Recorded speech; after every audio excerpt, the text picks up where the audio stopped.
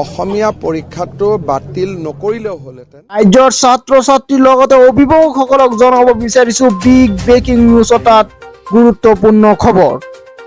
এই মুহূৰ্তত মেট্ৰিকৰ বাতিল কৰা হৈছে অসমীয়া পৰীক্ষা। ইয়াক লৈ এতিয়া আৰম্ভ হৈছে ৰাজ্যৰ ছাত্ৰ ছাত্ৰীৰ মাজত তীব্ৰ প্ৰতিবাদ। মেট্ৰিক পৰীক্ষাৰ্থীসকলে প্ৰতিবাদেৰে ঘেৰা কৰিছে সেৱাৰ কাৰ্যালয়।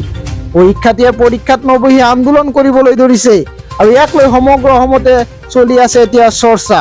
বহুতে সন্থা আৰু দল সংগঠনে তীব্ৰ নিন্দা জনাইছে সেৱাৰ কৰ্তৃপক্ষক। বহুতৰ মতে সেৱাৰ কৰ্তৃপক্ষৰ এনে গাফিলতিৰ কাৰণে আজি অসমৰ শিক্ষা বিভাগৰ এনে পৰিস্থিতি হ'ব লগা হৈছে। আৰু অসমীয়া পৰীক্ষাৰ বাতিল সম্বন্ধে মুখ্যমন্ত্ৰী ডাঙৰীয়াই কি ক'লে সেই ভিডিঅ' ক্লিপটো আমাৰ হাতত আছে। তেনেহ'লে বলক আমি প্ৰথমে সেই ভিডিঅ' ক্লিপটো চাই লওঁ। আৰু আপুনি যদি প্ৰথমবাৰৰ কাৰণে আমাৰ চেনেলটো ভিজিট কৰিছে প্লিজ চেনেলটো ছাবস্ক্ৰাইব কৰি ভিডিঅ'টোত এটা লাইক কৰি দিব।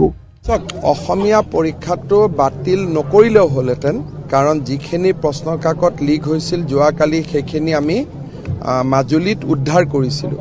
কিন্তু তথাপিতো ল'ৰা ছোৱালীৰ জীৱনক লৈ খেলাটো ভাল নহয় বুলি ভাবিয়ে আমি পৰীক্ষাটো বাতিল কৰিছোঁ। একেলগে বিজ্ঞান আৰু অসমীয়া দুইটা পৰীক্ষা একেলগে দিব পাৰিব।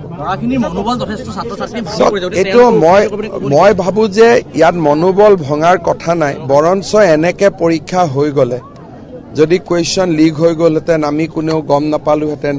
পৰীক্ষা হ'লে তেতিয়াহে ল'ৰা ছোৱালীৰখিনি অন্যায় হ'লহেঁতেন।